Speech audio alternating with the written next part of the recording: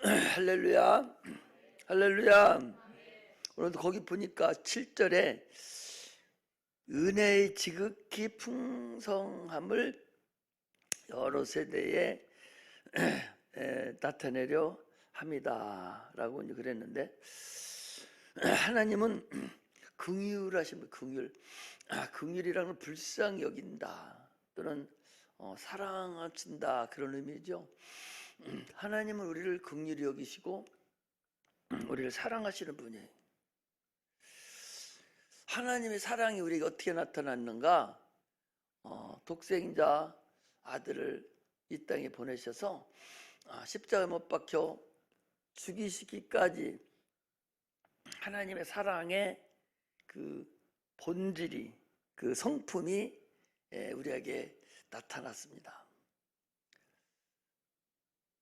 하나님의 성품이 그렇지 않다면 아무것도 할 수 없어요. 이것이 바로 거기 보니까 은혜다라고 해요. 은혜다. 거기 보니까 5절에 보니까 허물로 죽은 우리를 그리스도와 함께 살리셨고 너희가 은혜로 구원을 얻은 것이라, 그렇게 얘기했고, 또 거기 보니까 은혜가 또 있어요. 8절에 보니까 너희가 그 은혜를 인하여 믿음으로 말미암아 구원을 얻었나니 이것이 너희를 위해 딴 것이 아니요 하나님의 선물이라. 선물이 뭐야? 은혜죠. 은혜는 선물이고 선물은 은혜입니다. 하나님의 선물이라는 거예요. 하나님이 우리를 얼마나 사랑하셨느냐, 우리에게 생명을 주시기까지 하나님이 우리에게 영생을 주려고 우리를 사랑하신 분입니다. 세상에 어떤 누구도 인류의 죄를 대신 담당하시려고 온 자가 아무도 없죠. 그래서 주님께서 지금 그 얘기에 여러분들 잘 알으셔야 될 것이, 오직 예수 그리스도만 문이고 그분만 천국 가는 길이고, 천하 인간의 다른 이름을, 구원 얻을 만한 다른 이름을 주신 적이 없다. 누가 우리의 죄를 대신 짊어지고 대신 죽어주어서 우리가 그 은혜로 우리의 죄가 벗어날 수 있는가? 그건 아무도 없죠. 우리가 알아야 될 것이, 우리는 본질상 진노의 자녀였고 본질상 죄의 종이었고 본질상 지옥 가야 될 그런 백성이었어요. 지옥 가야 될 자들이었어요. 누구도 그것을 해결할 수 있는 분이 아무도 없어요. 본질상, 아주 태어나면서부터 본질상 다 지옥 가게 됐다는 거죠. 그런데 본질상 지옥 가는, 뭐가 지옥 가냐? 육체가 가는 것이 아니라, 육체는 영혼에 대한 그림자고 예표고, 우리의 본질은 뭐가 본질이냐? 우리 영혼이 본질이라는 말이에요. 그것이 지옥 가는 거예요. 그런데 많은 인본주의자들이, 많은 이 종교 통합을 주장하는 이런 자들이 하는 얘기가, 오직 육체의 예법만 따라서 좋은 일만 열심히 행하면 천국 간다고 착각하고 있다는 것이죠. 그러니까 아담에서부터 죄를 져서 지금 본질로 유전이 따라서 계속 다 죄인들 그냥 놔두면 지옥 가는데, 그 본질상 그 지옥 가게 된 그 영혼을, 죄를 돌이켜서 누군가 대신 짊어지고 죽음으로 인해서 의롭다고 인정받아서 천국에 들어갈 수 있는 그런 은혜를 입어야 되는데, 육체를 아무리 쳐서 복종시킨다 할지언정 그 본질은 움직이지 않는다, 그 소리죠. 그런데 많은 사람들이 본질은 놔두고 육체만 쳐서 복종시켜서 세상에 의롭다고만 인정받으면 천국 갈 수 있다, 라고 생각하는 거예요. 아니 생각해 보시봐. 뭐 다른 종교를 뭐 폄하해서 죄송하지만 예를 드는 거예요. 아니 이 땅에 태어나서 자기 생각을, 자기 마음을, 자기 육체를 막 쳐서 복종시키고, 어떤 스님은 평생을 누워서 주무시지도 않고 앉아서만 잤다고 그리고, 얼마나 많은 극기를 평생을 하면서 그 중생이라고 그랬잖아요. 생을 버린 자들이 생을 부처에게 주고 자기는 이 땅에 있는 거거든요. 그러니까 자기는 육체의 모든 것을 다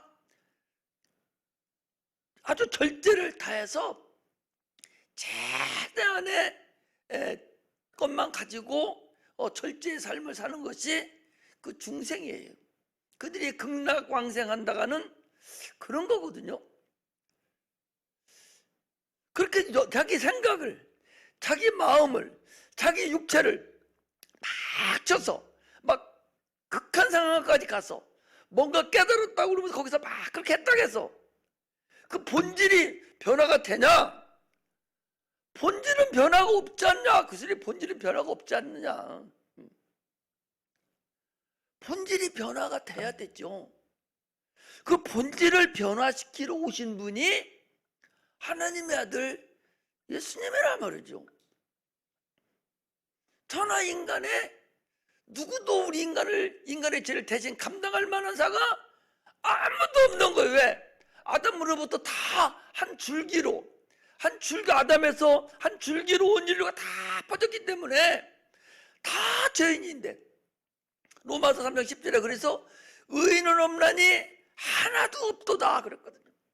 그러니 이 세상에 누구도 인류의 죄를 대신 감당할 자가 아무도 없고, 그래서 하나님이 이 땅에 오신 거예요. 하나님의 아들이 이 땅에 오셔서 우리의 죄를 대신 다 담당하죠. 예수님께 하나님께서 왜 한 영만 지으셨냐 하느냐? 한 영만 지으신 것은 뭐냐? 경건한 자손을 얻기 위한 거다라고 말라기서 2장 15절에 그렇게 하고,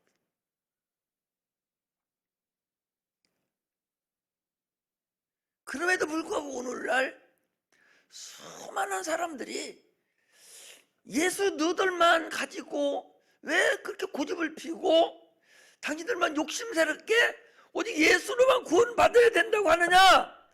지금 이 얘기를 자꾸 하는 거예요. 그러면 여러분들이 우리가 그 얘기를 해줄 수 있어야 된단 말이지.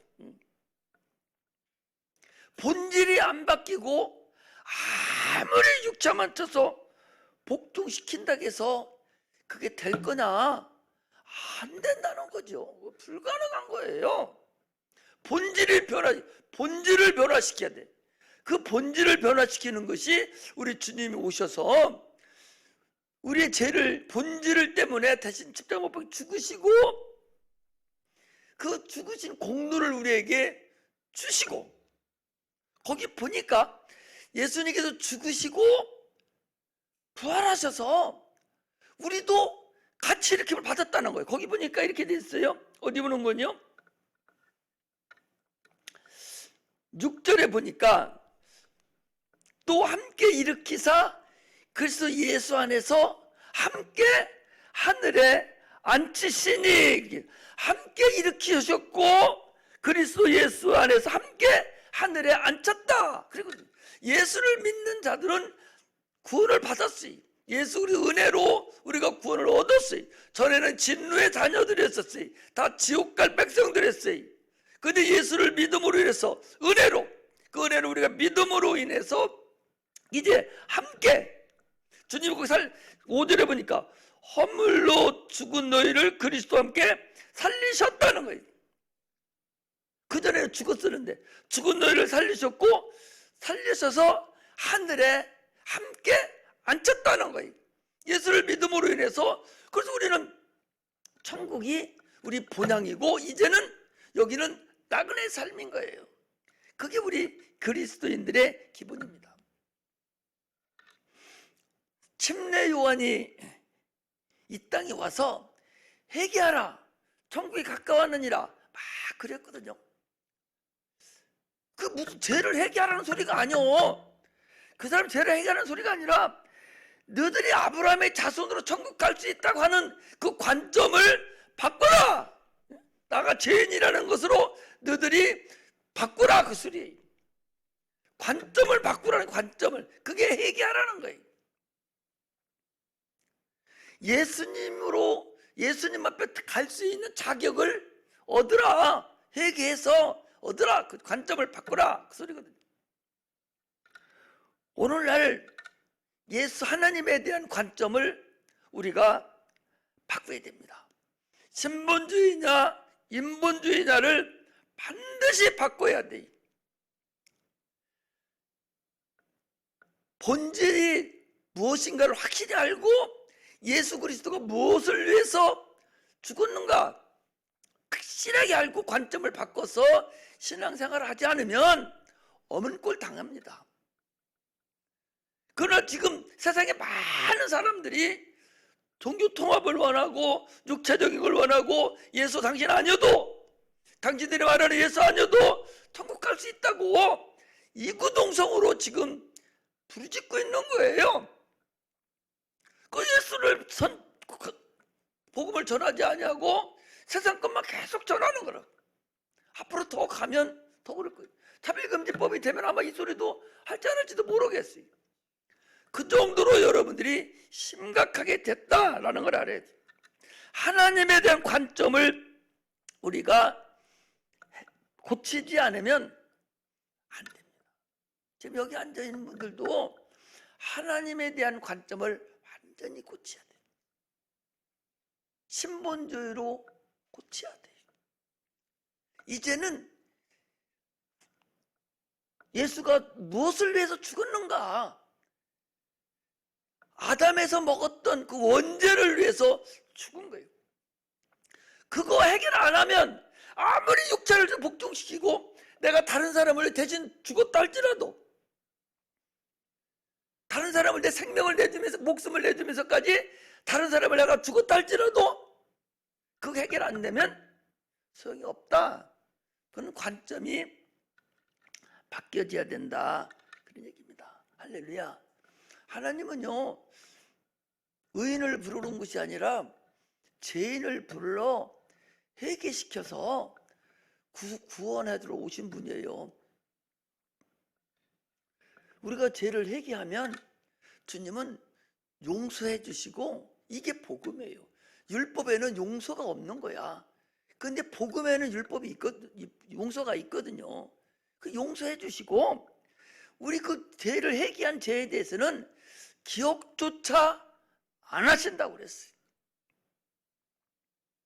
우리 성도들이 자꾸 잘못하면 그 죄를 져놓고 그거 용서 안 해주는 줄 거기에 얽매여가지고 붙잡히지 못하고 거기에 계속 막 참소하는 거에 따라다니는데, 용서하면 주님은 기억조차도 안 하세요. 평안한 마음으로 신앙생활 하시기를 주의 이름으로 축복합니다. 그리고 하나님을 존귀 여길 줄 알아야 돼요. 할렐루야. 사무엘상 2장 30절에 보니까 나를 존귀히 여기는 자는 내가 존귀히 여기고 나를 멸시하는 자는 내가 경멸히 여긴다고 그랬어요. 하나님을 내가 얼마만큼 내가 대우를 해줄 것인가, 여기에 따라서 하나님도 나를 그렇게 대우를 하시는 거예요. 너희가 나를 가까이 하라, 그럼 내가 너를 가까이 하리라. 그럼 네가 나를 멀리하면 나도 너를 멀리하리라. 네가 나를 존경하고 존중히 여겨주면 나도 너를 많은 천사들 앞에서, 많은 사람 앞에서 너를 참으로 존중히 여기겠다는 거예요. 그러나 나를 멸시하고 나를 경멸히 여기면 나도 너를 경멸히 여길 거라는 거예요. 이게 하나님의 본질입니다. 엘리 제사장이라는 사람이 나와요. 엘리 제사장의 아들들이 아주 못된 사람들이에요. 아버지 닮지 않고 아주 성전에서 일하는 여인들을 갖다 간음을 하고 아직 하나님의 드리지도 않은 재물을 창고에다 넣어놓으면 갈고리로 내서 그거 지가 먼저 먹고 이런 자들이었어요. 하나님을 얼마나 망령되이 여기고 경멸히 여기는지 그들을 하나님은 다 한 번에 죽여버렸어요. 그렇게 경멸히 여겼다고. 사무엘상 4장 11절에 보면 엘리 제사장이 제사장 할 때, 그리고 엘리 제사장의 자녀들 엘리와 비누아스 이런 사람들도 그 제사장 가문의 자녀들이거든요. 제사장이거든요. 그들도 같이 전쟁에 나갔다가 거기서 다 같이 죽어버리고 법궤를 빼앗겨버려서 블레셋에. 이게 하나님을 경멸히 여긴 자들이 당한 사건이라는 사실을 아셔야 돼요.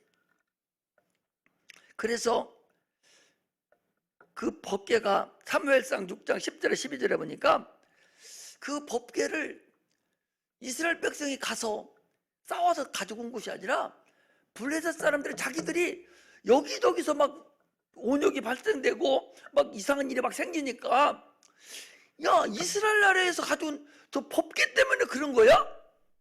그런 거야? 안 그런 거야? 막 그랬거든요. 그럼 우리 시험을 해보자.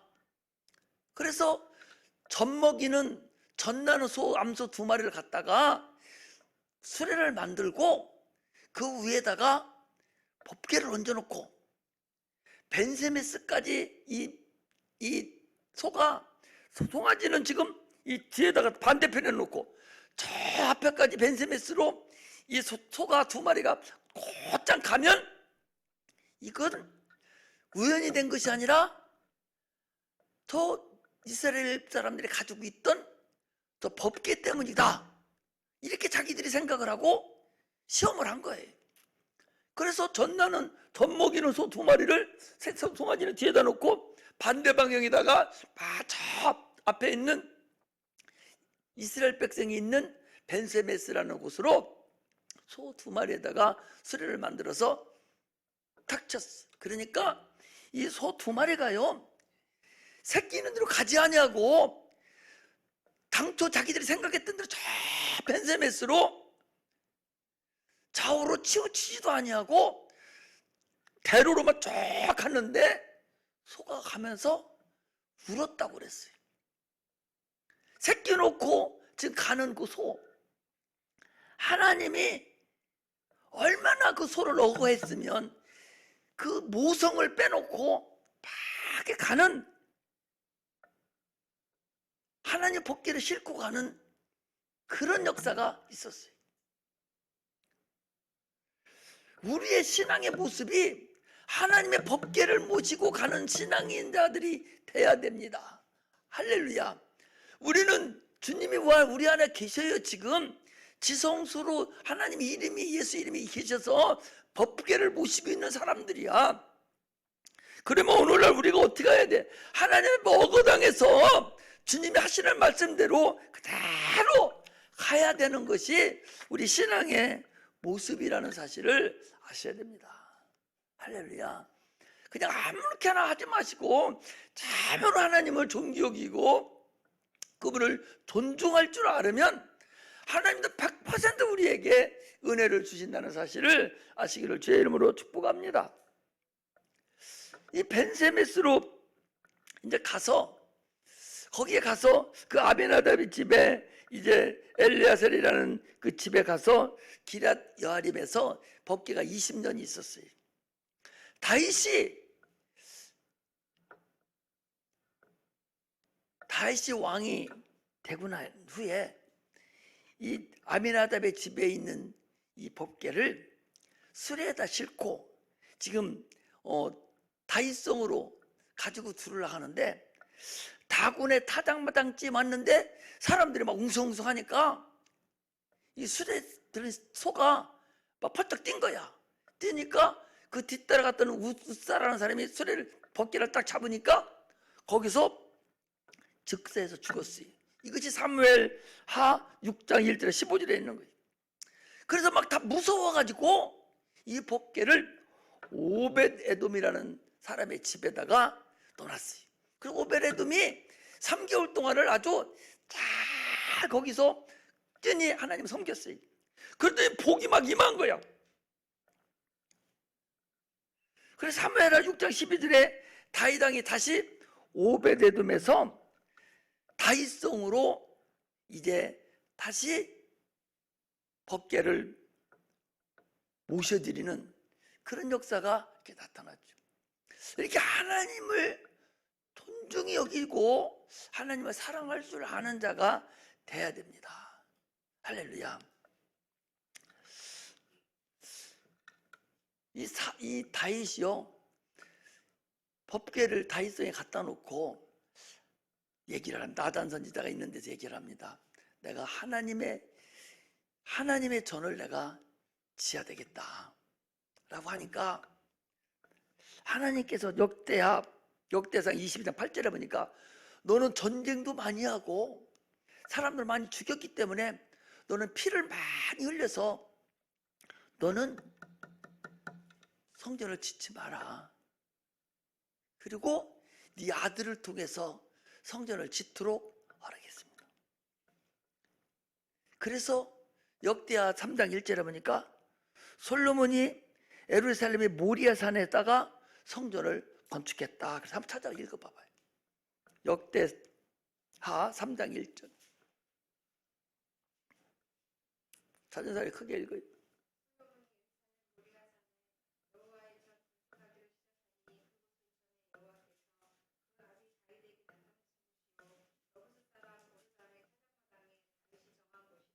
예, 예루살렘이 모리아산이에요. 거기 모리아산이 어떤 곳이요?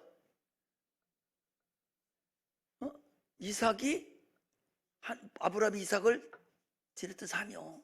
그 예루살렘에 같은 소리, 그 얘기를 좀 하려고 얘기를 하는 거예요. 거기다가 성전 건축을 7년을 했습니다. 그리고서 역대하 6장을 한번 읽습니다. 역대하 6장 한번 찾아보세요. 성전 건축을 했어요. 이제 역대하 6장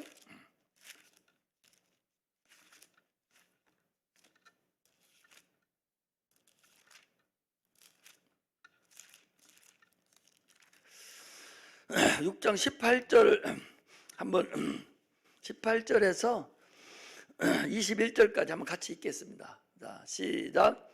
하나님이 참으로 사람과 함께 땅에 거하시리까 하늘과 하늘들이 하늘이라도 주를 용납지 못하겠거든. 하물며 내가 건축한 이 전이 오리까. 그러나 나의 하나님 여호와여, 종의 기도와 간구를 돌아보시며 종의 주의 앞에서 부르짖음과 비는 기도를 들으시옵소서.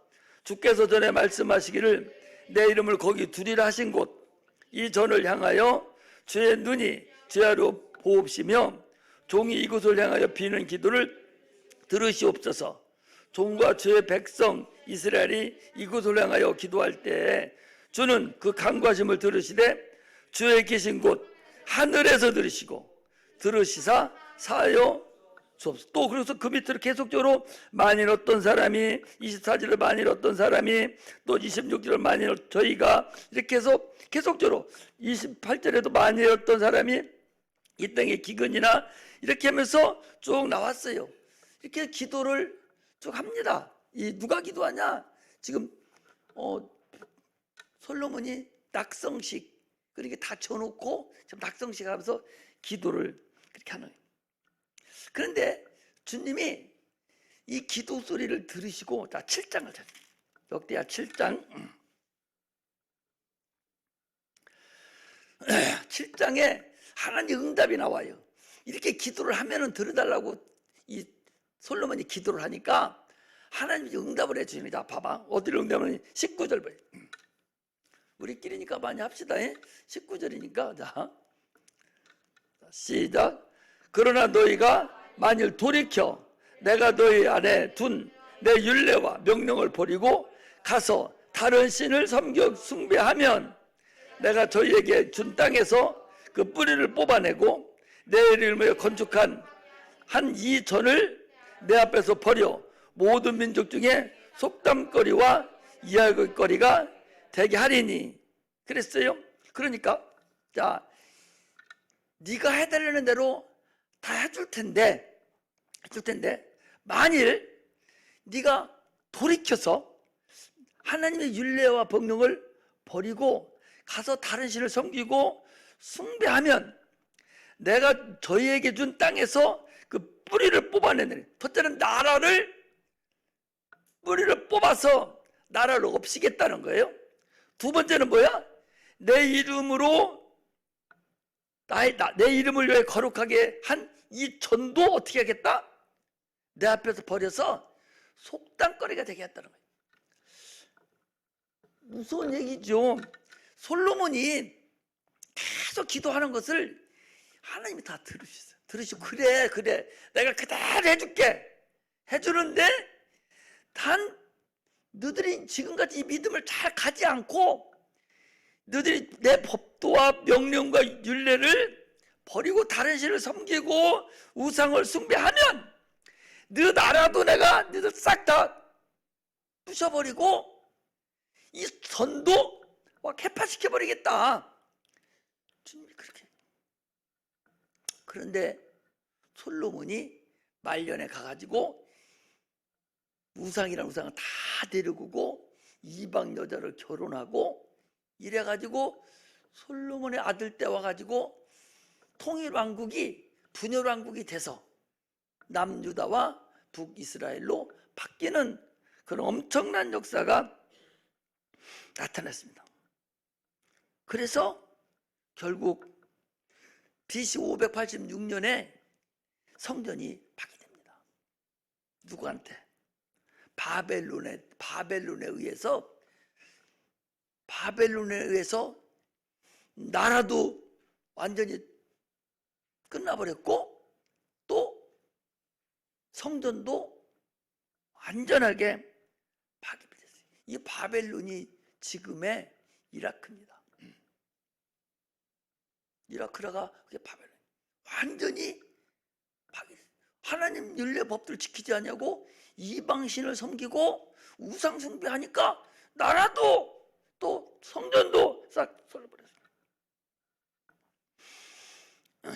오늘 성전에 대해서 조금 얘기를 해주려고 하는 거니까.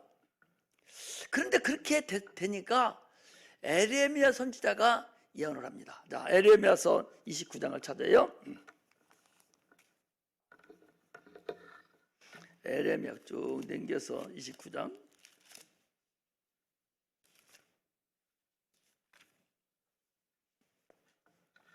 10절 에레미야 29장 10절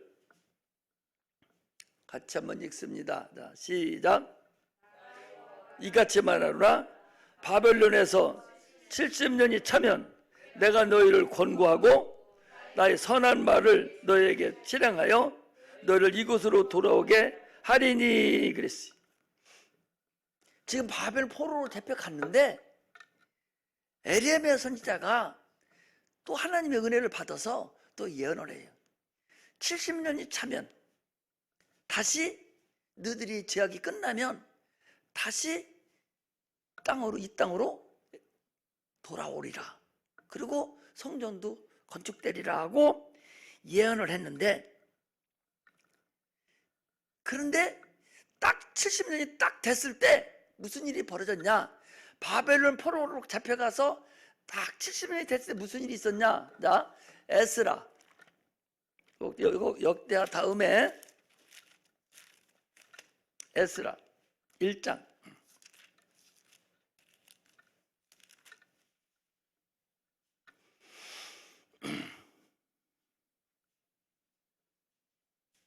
1장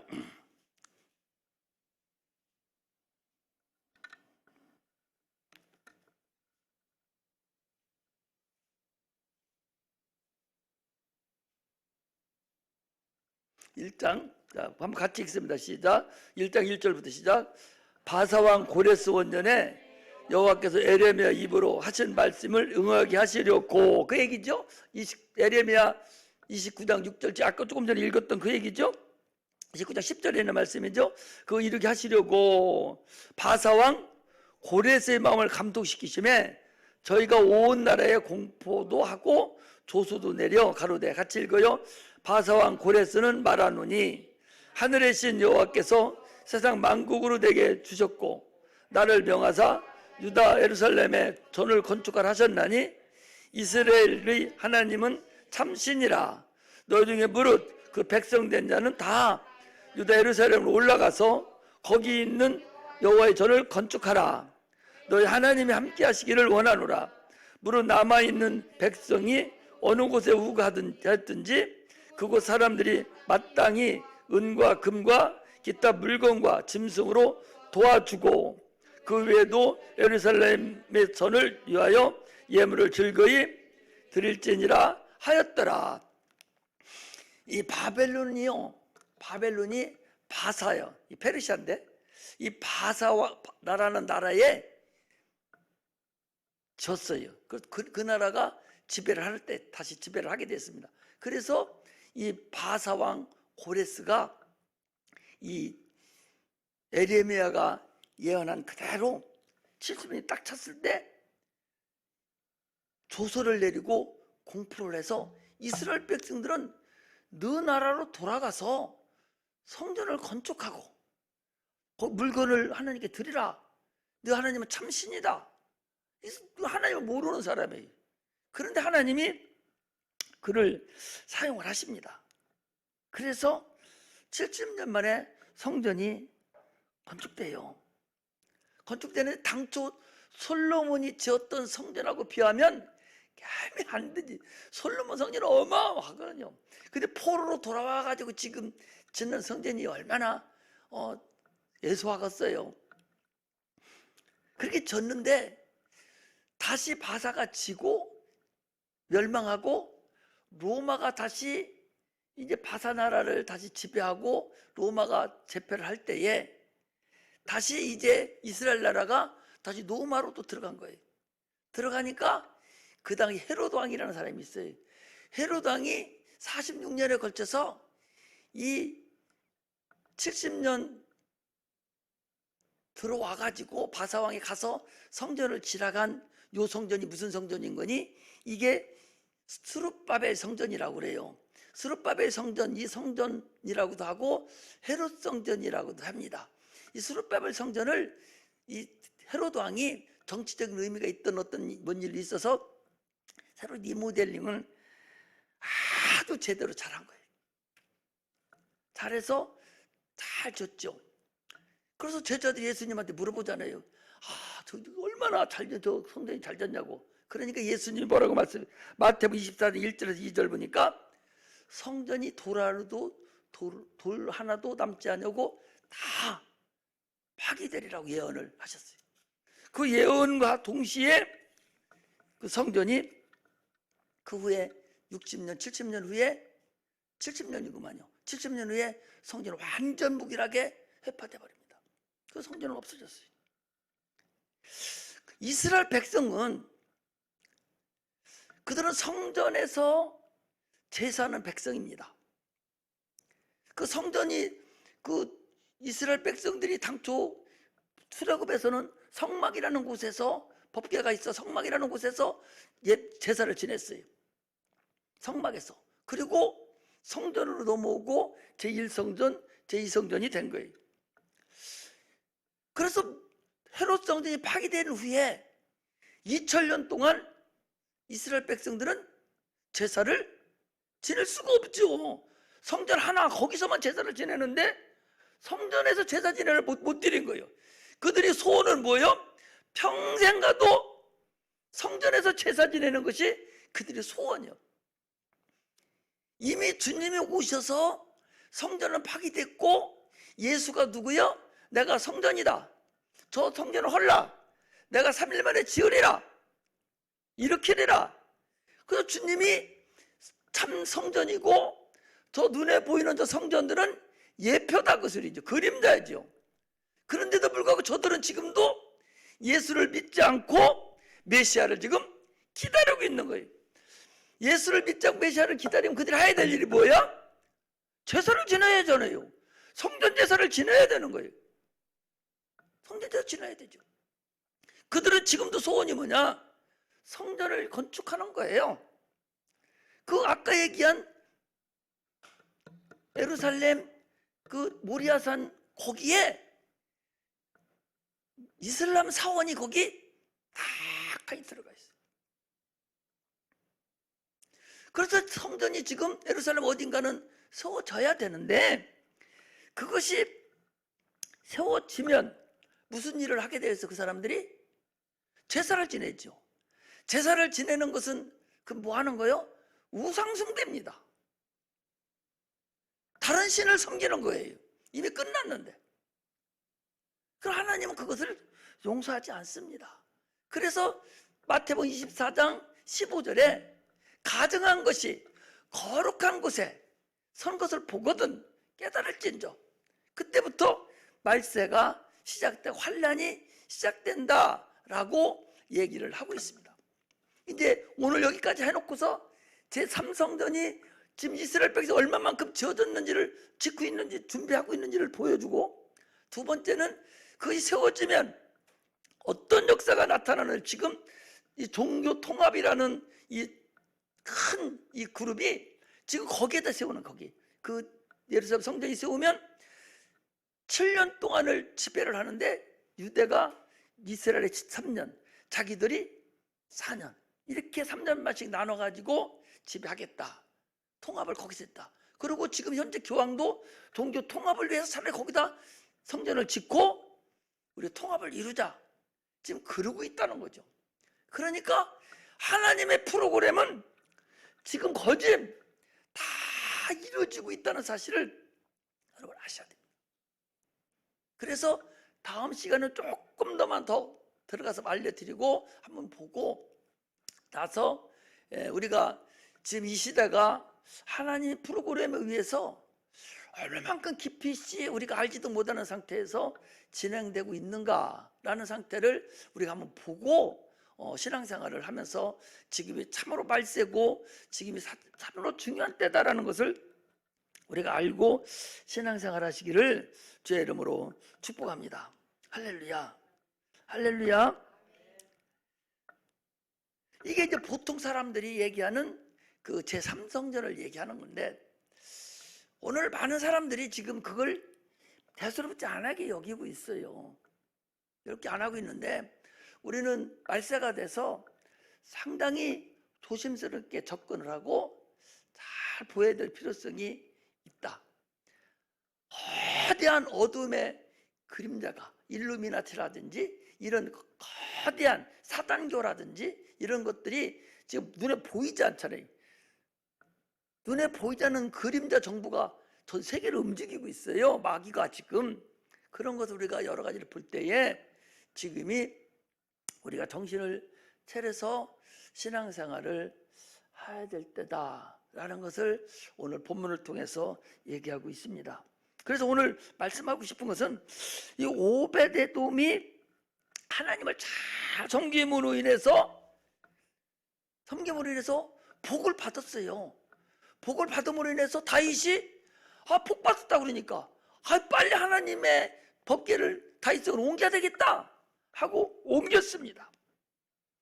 교회는, 오늘 성도들은 이 오베드돔과 같이 하나님을 섬기는 것을, 하나님 살아계심을 보여주는 자가 돼야 돼.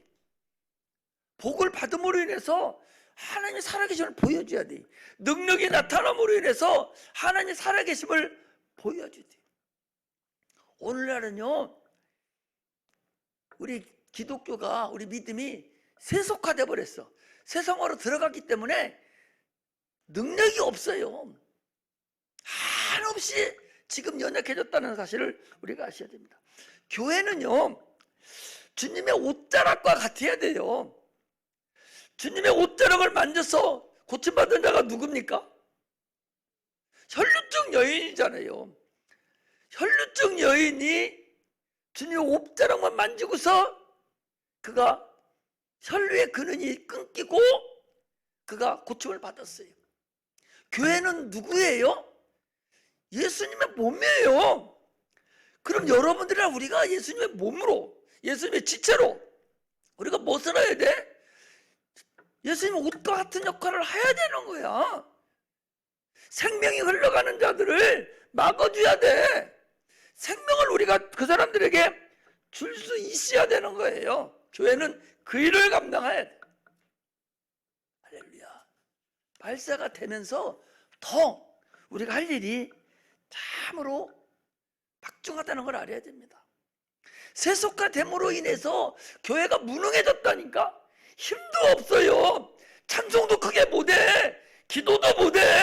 어디 예수 믿는다고도 못한다니까. 경건의 모양만 잔뜩 하다니까. 경건의 모양은 그럴듯해요. 다 몇천 명씩 모여서 경건의 모양은, 예배의 의식은 엄청나. 아니 군대도 얘기 들어보니까 엄청나게 의식을 행한다 다 모여 있다니까. 근데 경건의 능력은 하나도 없고 하나님 살아계심 하나도 나타내지 못하고 다 죽지 못해서 그냥 모양만 갖춰 나간단 말이에요. 의식만 챙겨 나간단 말이죠. 그렇게 해서 어떻게 생명이 우리에게 나타나겠어요? 어떻게 옷자락, 예수 옷자락 역할을 우리 교회가 감당할 수 있겠냐. 할렐루야. 오늘날 이 일을 우리가 감당하는 자가 되시기를 주의 이름으로 축복합니다. 골로새서 1장 24절에 보니까 교회는 그리스도의 남은 고난을 감당하는 것이 교회의 사명이라는 걸 알아야 돼요. 그리스도의 남은 고난을 감당해야 돼요. 그러므로 능력을 나타내야 되고, 그러면 표적과 이적이 나타나야 돼요. 이기지 않으면 우리 교회는, 여러분, 예배는요 싸움하는 거예요. 전쟁하는 거예요. 악한 영들과 싸움하는 거야. 계시록에 나오는 7교회 보면은 거기에 공통점이 하나가 있어요. 이기는 자에게는 7개가 전부 다 어떤 역사가 있냐. 자, 우리 마지막으로 찾아봅시다. 계시록 1장부터 3장부터 요한계시록.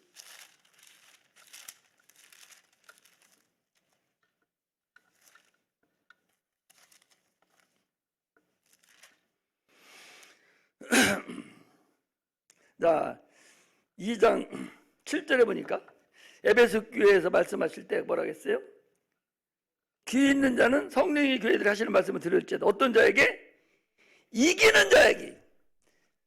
이기지 않으면, 전쟁에서 이기지 않으면 그 패전배가 소용없어요. 자, 그 다음에 서머나교회 8절부터 시작해서 거기도 있죠. 11절에 귀 있는 성령이 교회들에게 하시는 말씀을 들을지어다. 어떤 자에게?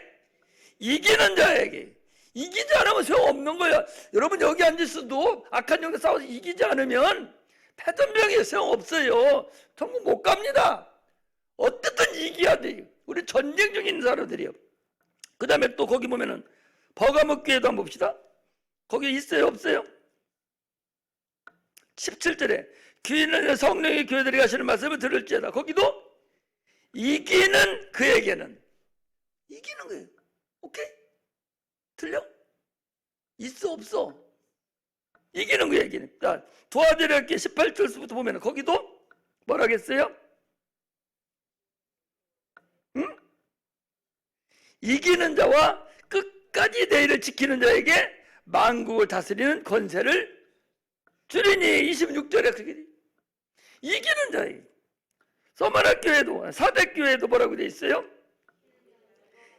이기는 자와 이와 같이 흰옷을 입을 것이요. 이기는 자에게. 자, 필라델피아 교회 거기 뭐라고 돼 있어요? 이기는 자는 내 하나님의 성전의 기둥이 되게 하리. 이기는 자예요. 자, 또 라오디게아 교회 거기는 없어요? 21절에 이기는 그에게는 내가 내 보좌에 함께 앉게 하여 주기를. 그러니까 우리 신앙은 이기는 신앙이에요. 짐은 소용없다니까. 짐은 소용없는 거야. 이겨야 돼, 이겨야 돼. 우리는 가만히 있는 교회가 아니요. 우리 교회는요, 전쟁하는 교회예요. 싸우는 교회예요. 전투하는 교회라니까.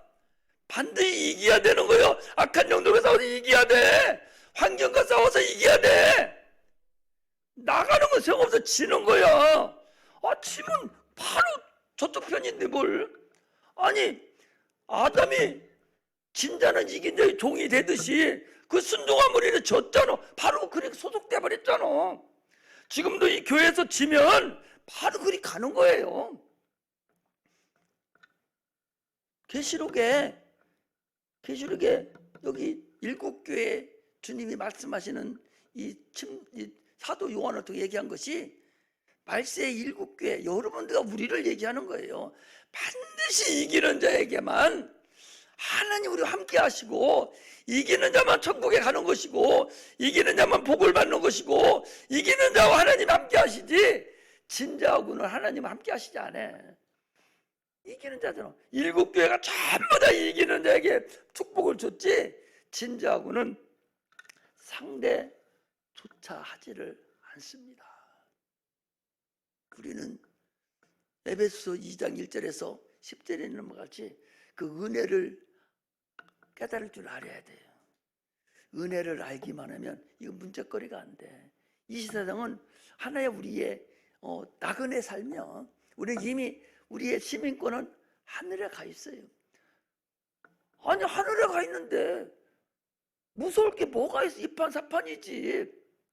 그런 마음으로 신앙생활 할 때 이길 수가 있어요. 좁아 하면 못 이깁니다. 다 죽으면 죽으리라. 죽는다는데 어떻게 할 거야? 그래, 항상 얘기하잖아요. 태권도 5단짜리하고 6단짜리하고 깡패하고 하나 단수도 없는 깡패하고 싸움하면 누가 이기냐? 깡패가 이긴다니까?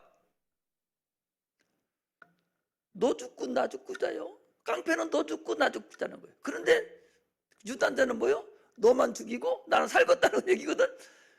깨면 안 되는 거예요. 너 죽고 나 죽겠다는데 뭘. 그렇기 때문에 지는 거예요.